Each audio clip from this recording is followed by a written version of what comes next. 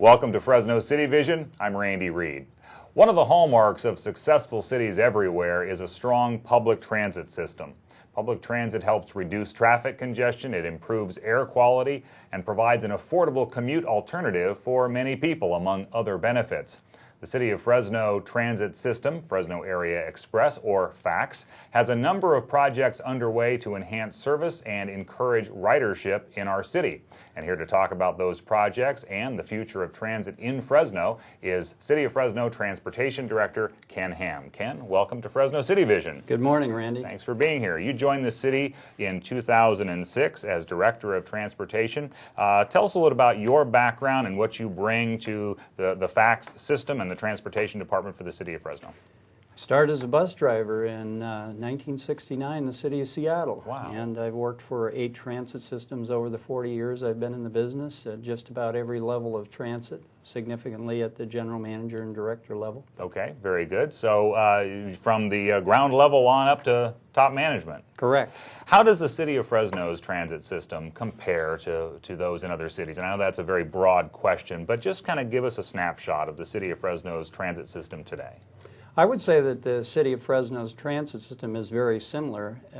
Obviously, equipment similarities, fare collection similarities, and those kinds of things. The one thing I will say is I think the return on investment for the City of Fresno is substantially greater than some of the other metro areas that I've been in. We're getting for us the same level of investment about 50 riders per service hour, which is pretty substantial. Okay. And in the higher tier of system performance around the nation. And what are some of the factors that play into that fact?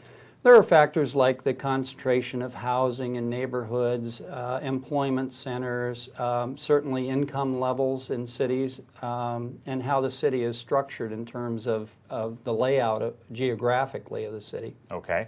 Talk about the economic benefits of using transit over a personal vehicle, for instance. I know there are some real advantages to folks who commute using a transit system versus maintaining and owning their own vehicle. Right.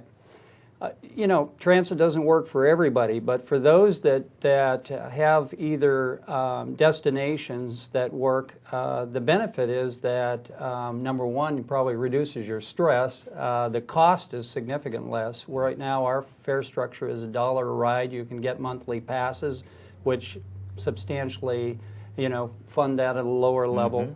I think there are social benefits and there are some benefits in terms of environmental benefits that most people don't think about as well. Certainly every automobile that isn't out there, every truck that isn't out there reduces the emissions in the area, right, and improves the air quality and other environmental factors. And air quality in our community is extremely important, and I know that FAX has a commitment to converting its fleet to a green fleet.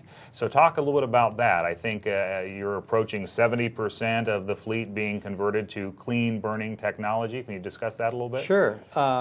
The City Council made a commitment a number of years ago to begin converting the fleet to compressed natural gas, what we call CNG in the business. Very clean in terms of emissions. We have about 125 vehicles in the fleet.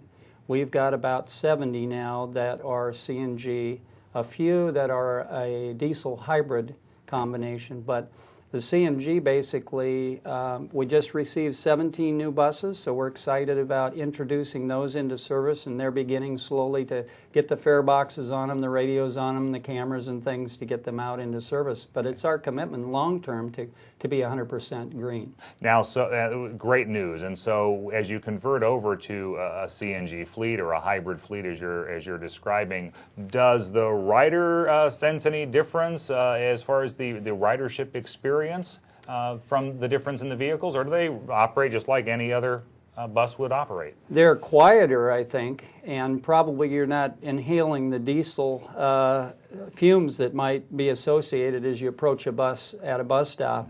But I think the newer buses also provide some amenities that weren't before. As low-floor vehicles, a person isn't having to climb the steps to get into the vehicle, which for some is very difficult. We have reduced dwell times for people that are in wheelchairs and things because we deploy a ramp instead of a lift, which takes probably 5 minutes by the time you go through the whole process. So Okay.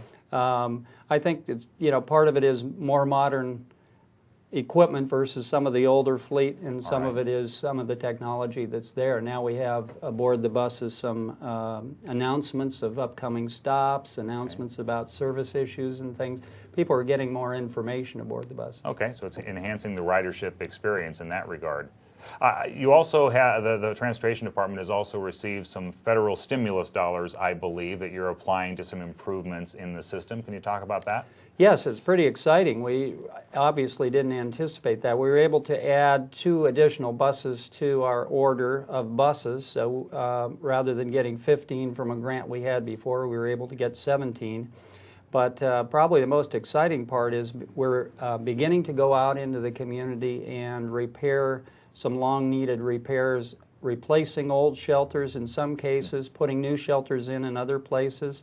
We've got plans to replace the downtown transit center shelters that are adjacent to Courthouse Park. So there's a lot of exciting things going on. Along with that, lighting, information, improved information capabilities. Some real-time information will eventually be at bus stops as we get out into the future, but I think people will see us as more user-friendly that way. Okay.